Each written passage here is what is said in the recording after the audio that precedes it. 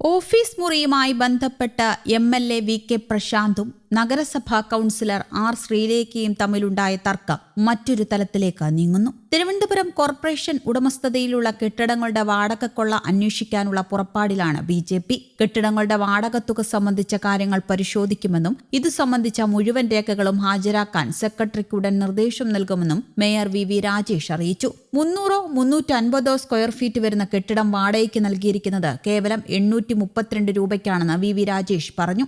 പൊതുജന ആവശ്യങ്ങൾക്കു വേണ്ടി പ്രവർത്തിക്കുന്ന മുറി എന്ന നിലയിൽ എം.എൽ.എ. ഓഫീസിന് ആ വാടക നിശ്ചയിച്ചതിൽ നിയമപരമായ ഇളവുണ്ടാകാം. പക്ഷേ സ്വകാര്യ വ്യക്തികൾക്ക് അതേ വാടകയ്ക്ക് കെട്ടിടം നൽകിയതിൽ പിശകുണ്ട്. ശാസ്തമംഗലം പോലെ നഗരത്തിന്റെ ഹൃദയഭാഗത്ത് ഈ തുകയ്ക്ക് ഇത്ര സ്ക്വയർ ഫീറ്റുള്ള വേറെ ഏത് കെട്ടിടം കിട്ടും? കോർപ്പറേഷന് ഏകദേശം 15,000 രൂപ കെട്ടേണ്ടടുത്താണ് കേവലം 832 രൂപ ലഭിക്കുന്നത്. നഗരസഭയുടെ 100 കണക്കിന് വരുന്ന കെട്ടിടങ്ങളുടെ വാടക തുക പരിശോധിക്കേണ്ടി വരുമെന്നാണ് ഈ വാർത്ത വ്യക്തമാക്കുന്നത് എന്നും രാജേഷ് പറഞ്ഞു. കോർപ്പറേഷനിൽ പല കൌൺസിലർമാർക്കും ഇരിക്കാൻ പോലും സൗകര്യമില്ല. പ്രവർത്തന സൗകര്യം ഉയരണം. ആരാണ് സൗകര്യം ഒരുക്കേണ്ടത് എന്ന് ചർച്ച ചെയ്യേണ്ടതുണ്ട്. സ്വന്തം വീട്ടിൽ പ്രവർത്തിക്കുന്ന കൌൺസിലർമാർ പോലുമുണ്ട്. വാണിജ്യ കോംപ്ലക്സുകൾക്ക് കൃത്യമായ വാടക ലഭിക്കണം. ജനപ്രതിനിധികൾ പ്രവർത്തിക്കുന്ന സ്ഥലത്ത് നിയമപരമായ എന്തൊക്കെ ഇളവുകൾ ചെയ്യാനാകുമെന്നുള്ളത് പരിഗണിക്കും. എന്നാൽ അതിൽ വി കെ പ്രശാന്ത് ഉൾപ്പെടുമോ എന്ന ചോദ്യത്തിന് വി രാജേഷ് മറുപടി നൽകിയില്ല.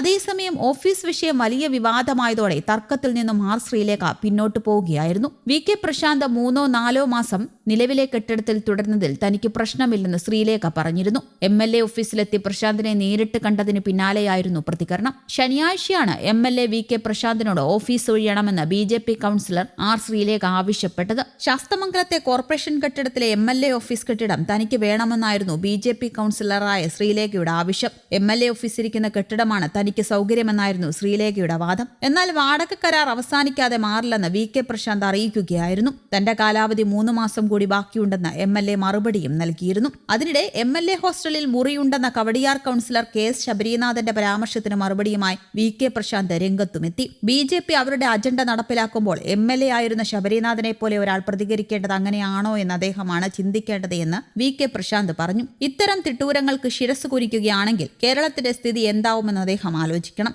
ശാസ്തമംഗലത്തെ ഓഫീസ് മണ്ഡലത്തിലെ ജനങ്ങളുടെ സൗകര്യത്തിനാണെന്നും ശബരീനാഥിന്റെ സൗകര്യത്തിനല്ലെന്നും വി കെ പ്രശാന്ത് വ്യക്തമാക്കി. എന്തുകൊണ്ട് ഓഫീസ് അവിടെ എടുത്തു എന്നതിന് ഉത്തരം ഇതാണ്. എന്റെ മണ്ഡലത്തിലെ ആളുകൾക്ക് എല്ലാ സമയത്തും കടന്നുവരാനുള്ള സൗകര്യത്തിനാണ് ശാസ്തമംഗലത്തെ സ്ഥലം കണ്ടെത്തിയത്. 7 വർഷക്കാലമായി സുഗമമായി അവിടെ പ്രവർത്തിക്കുകയാണ്. ബി.ജെ.പിയുടെ ഭരണസമിതി അധികാരത്തിൽ വന്നപ്പോഴാണ് ഏതോ അജണ്ടയുടെ ഭാഗമായി എം.എൽ.എ. അവിടെ നിന്ന് മാറ്റണമെന്ന് ഒരു ചർച്ച ഉയർത്തിക്കൊണ്ടുവരുന്നത്. ശബരിനാഥനെ പോലെ ഒരാൾ അതിന് കൂട്ടുനിൽക്കുന്നത് എന്തർത്ഥത്തിലാണെന്ന് എനിക്ക് മനസ്സിലാകുന്നില്ല. പ്രത്യേക രാഷ്ട്രീയ സ്ഥിതിയിൽ അത് പഠിക്കേണ്ടതായിട്ടുണ്ട്. എന്നെ സംബന്ധിച്ച് എന്റെ നിയോജക മണ്ഡലത്തിലെ മുഴുവൻ പേർക്കും വന്നുചേരാൻ കഴിയുന്ന സുഗമമായ സ്ഥലം എന്ന നിലയിലാണ് ശാസ്തമംഗലത്തെ ഓഫീസ് പ്രവർത്തിക്കുന്നത്.